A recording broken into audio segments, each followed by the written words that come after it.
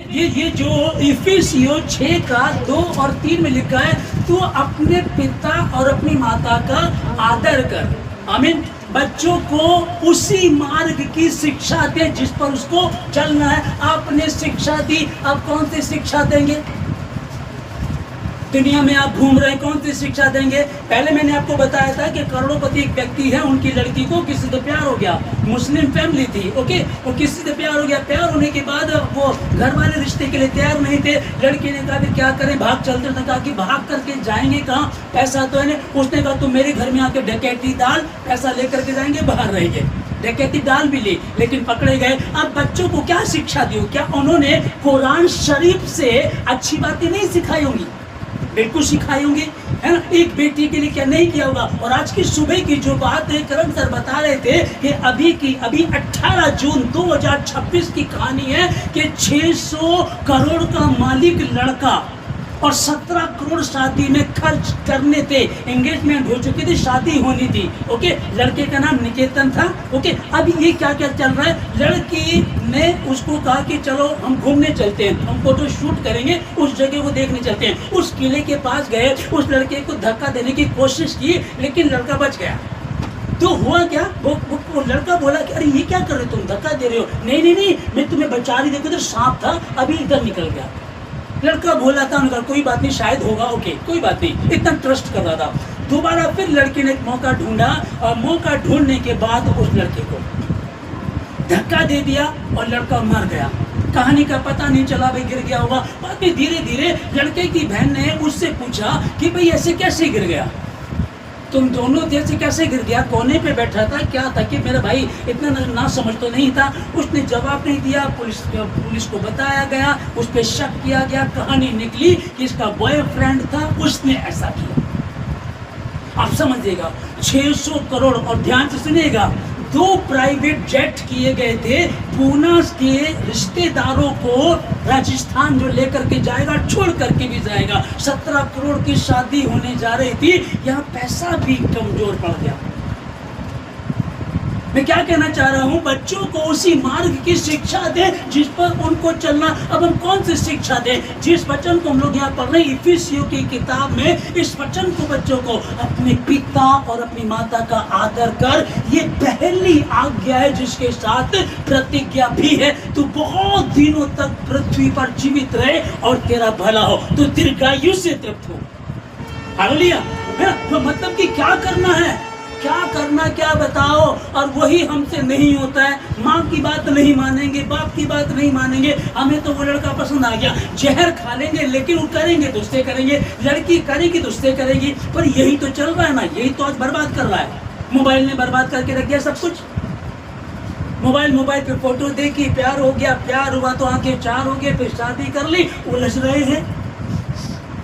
हाँ बाबा, अब शिक्षा क्या माता पिता ने अच्छी शिक्षा नहीं दी थी क्या माता पिता ने नहीं बताया था बेटा ये गलत है, ये नहीं करना है, ये नहीं समझाया था ना। इस वचन को भी बताया होगा, लेकिन मैं फिर यही करो, कोई बात नहीं। जहाँ आप खुली भैंस सवेरा, अगर माता पिता नहीं समझा रहे तो समझाना शुरू कर दे। और यदि बच्चे नहीं समझ रहे तो चाहते हो दीर्घायु हो, ये पहली आज्ञा, 10 आज्ञाओं में से यही एक आज्ञा है जिसके साथ प्रतिज्ञा भी है कि तू बहुत दिनों तक जीवित रहे, जिस जगह पे रहे, और तू आशीषित हो। हालेलुया। हम पढ़ रहे थे ना, फादर्स डे को, मदर्स डे को, पापा का आदर करो, माता का आदर करो। हम पढ़ रहे थे उन चीजों को, बोलते भी हैं, लेकिन क्या ऐसा कर पा रहे हैं?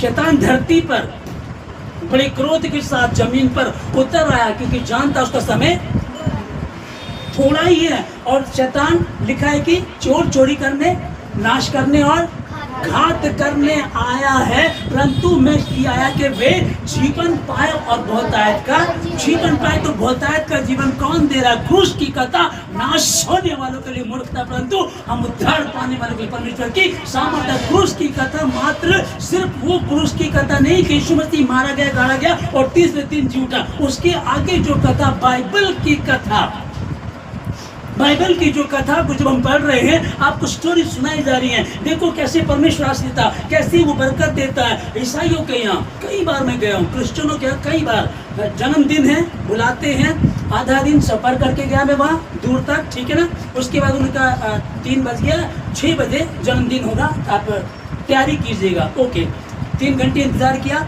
उसके बाद वचन की बारी आई तो धीरे से किसी ने कान में आकर के बोला, पास्टर जी वचन ना थोड़ा सा ही रखना, है ना, थोड़ा प्रोग्राम ज़्यादा है। ठीक है जी, हमने वचन कम कर दिया। ओके, हम जाकर के कोने में बैठ गए। पूरी रात खाना, दारू, नाचना, ना पैर थके, ना दारू खत्म हुई, ना गाने खत्म हुए फिल्मी। लेकिन जब बात वचन की आई ना, तो वचन को थोड़ा पास्टर जी कम कर देना, है ना, वचन को कम कर देना। इन वचनों के विषय में यही वचन बोलो, वचन थोड़े कम कर दीजिएगा पास्टर जी। बच्चों को उसी मार्ग की शिक्षा दे जिस पर उनको चलना है, और वो बुढ़ापे में भी उससे नहीं हटेंगे। हे माता पिताओं, अपने बच्चों को रीस ना दिलाओ, अच्छे से, बुद्धिमानी से, आत्मा से और बुद्धिमानी से, दोनों रीति से उनकी परवरिश करो। तुम्हें किसी बात में चिंता करने की जरूरत नहीं पड़ेगी। मेरी बेटी जहां जाएगी, सेनाओं का यहोवा उनके साथ है, स्वर्गदूत उनके लिए रखे गए हैं, पवित्र आत्मा उनके भीतर वास करता है। 3 साल की बच्ची के साथ ऐसा हो गया। अरे भाई, जो बस कंडक्टर था उसने ऐसा किया, अरे जो ड्राइवर था, स्कूल का टीचर था, अरे भाई किस पर भरोसा करें, बहुत बुरा चल रहा है, बहुत गलत चल रहा है, क्या करें। आपको इन सब चीजों को सुनना तो है, लेकिन इतना रखना है, मैं यहोवा का हूं। ये बच्चे मुझे परमेश्वर ने दी, मेरी बेटी परमेश्वर की है, और इन्हें कोई अंधकार की शक्ति छू भी नहीं सकती। दिन को उड़ने वाले तीर यही तो हैं, जो दिन को उड़ने वाले तीर है वो यही तीर है, वो उड़ेंगे, आकर के पास का परेशान करेंगे। अब हम क्या करेंगे, बहुत बुरा हाल है, किस पे भरोसा करें। बच्चे किडनैप किए जा रहे हैं, प्रतिदिन इतने बच्चे उठाए जा रहे हैं। हमारी भी बच्ची है, वो सीधी सी है, उसको पता नहीं है। एक चीज मुझे पता है कि मेरी बेटी मेरी तो है, लेकिन ये परमेश्वर ने दिए, स्वर्गदूतों का पहरा उस पर लगा हुआ। हालेलुया, स्वर्गदूतों का पहरा। और घोषणा कीजिएगा, वचन को पढ़ करके बोलिएगा, मैं परमेश्वर ने मेरी बेटियों के चारों ओर पहरा लगा रखा है, उनके लिए स्वर्गदूत है, पवित्र आत्मा उनके भीतर वास करता है, और परमेश्वर निरंतर उनको देखता रहता है, उनको किसी भली वस्तु घटी नहीं होगी। बच्चों को उसी मार्ग की शिक्षा दे। अब कहां से देंगे शिक्षा? तो यहां से आएगी। हम अगर इसको पढ़ रहे हैं और प्रतिदिन पढ़ रहे हैं, पढ़ करके अपने बच्चों को सुना रहे हैं, तो किसी बात की घटी हो नहीं सकती। तो पास्टर जी अभी तो 2 केस बताए गए। वो लड़की 600 करोड़ की मालकिन बन जाती, 17 करोड़ प्राइवेट 2 जेट थे, क्या होगा? और जिसमें बताया जा रहा है, लोग लिख रहे हैं जबरदस्ती। अगर जबरदस्ती भी तो तुम भाई मना कर दो, जिद करके बैठ जाओ। उसको क्यों मार रहे हो? उसको मार दिया, इकलौता बेटा था उसे मार दिया, खुद जेल में जाएगी। बॉयफ्रेंड था वो भी जेल में जाएगा, अब सड़ेंगे। शैतान चोर चोरी करने, एक निशाने से, एक पंथ 2 काज, वो ऐसा ही करता है। अब हम कैसे बचाएंगे? हम कौन सी, हमने तो न्यूज में ये वाली कहानी पढ़ी है, हमने तो भैया पेपर में ये सुन रहे थे, ये पढ़ रहे थे लोगों ने। अब हम क्या करें? हमें उन्हें शिक्षा देनी है, माता मरियम की शिक्षा देनी है। माता मरियम को क्या शिक्षा दी गई थी, कितनी वो पवित्र थी, कितनी ईमानदार थी। स्वर्गदूत आकर के कहता है कि तू गर्भवती होगी। भाई ये कैसे हो सकता है? मैं तो पुरुष को जानती नहीं। जब एक पुरुष के बिना तो बच्चा हो ही नहीं सकता। तू सच कहती, तू पुरुष को नहीं जानती, लेकिन तुझ पर पवित्र आत्मा है। पवित्र आत्मा ना तो वो लहू से, ना मांस से, ना शरीर से, फिजिकल रिलेशन से नहीं, परंतु पवित्र आत्मा के द्वारा होगा। कहती ठीक है, फिर तेरे वचन के अनुसार मेरे जीवन में हो जाए, यीशु मसीह के नाम में। यही वाली शिक्षा बच्चों को उसी मार्ग की शिक्षा दी जाए जिस पर उनको चलना है। कहाँ चलाना चाहते हो? पुलिस बनाते तो पुलिस वाली ट्रेनिंग देते हो, बैंक में अगर जॉब करानी तो बैंक वाली ट्रेनिंग देते हो। अगर हमको मसीह बनाना है, प्रॉफिट बनाना है, हमें, मेरी बेटी बने, ईमानदार बने, धरती पर है, जहाँ तुम रहेंगे, तुम रहोगे, तुम्हारे साथ कोई भी दूसरा नहीं होगा, ना कोई बांझ होगी, ना किसी का घर भी गिरेगा। बस इतना हो, व्यवस्था की पुस्तक तेरे चित्त से कभी उतरने ना पाए। माता पिता के, बच्चों के सारे कामों को, भाई मैचिंग वाला सूट नहीं, आज ये मैचिंग नहीं कर रहा है, आज लिपस्टिक, आईलाइनर, बाल ठीक नहीं बने, सारी चीजों में घंटों लगा देते हैं, लेकिन बाइबल के लिए हमें 1 घंटा नहीं मिलता है। अधिकतर लोग, आप लोग तो ऐसे नहीं है, प्रभु आप लोगों को आशीष, आप लोग ऐसे नहीं है, लेकिन अधिकतर मैंने देखा है लोगों को, पास्टर जी वचन कम कर देना,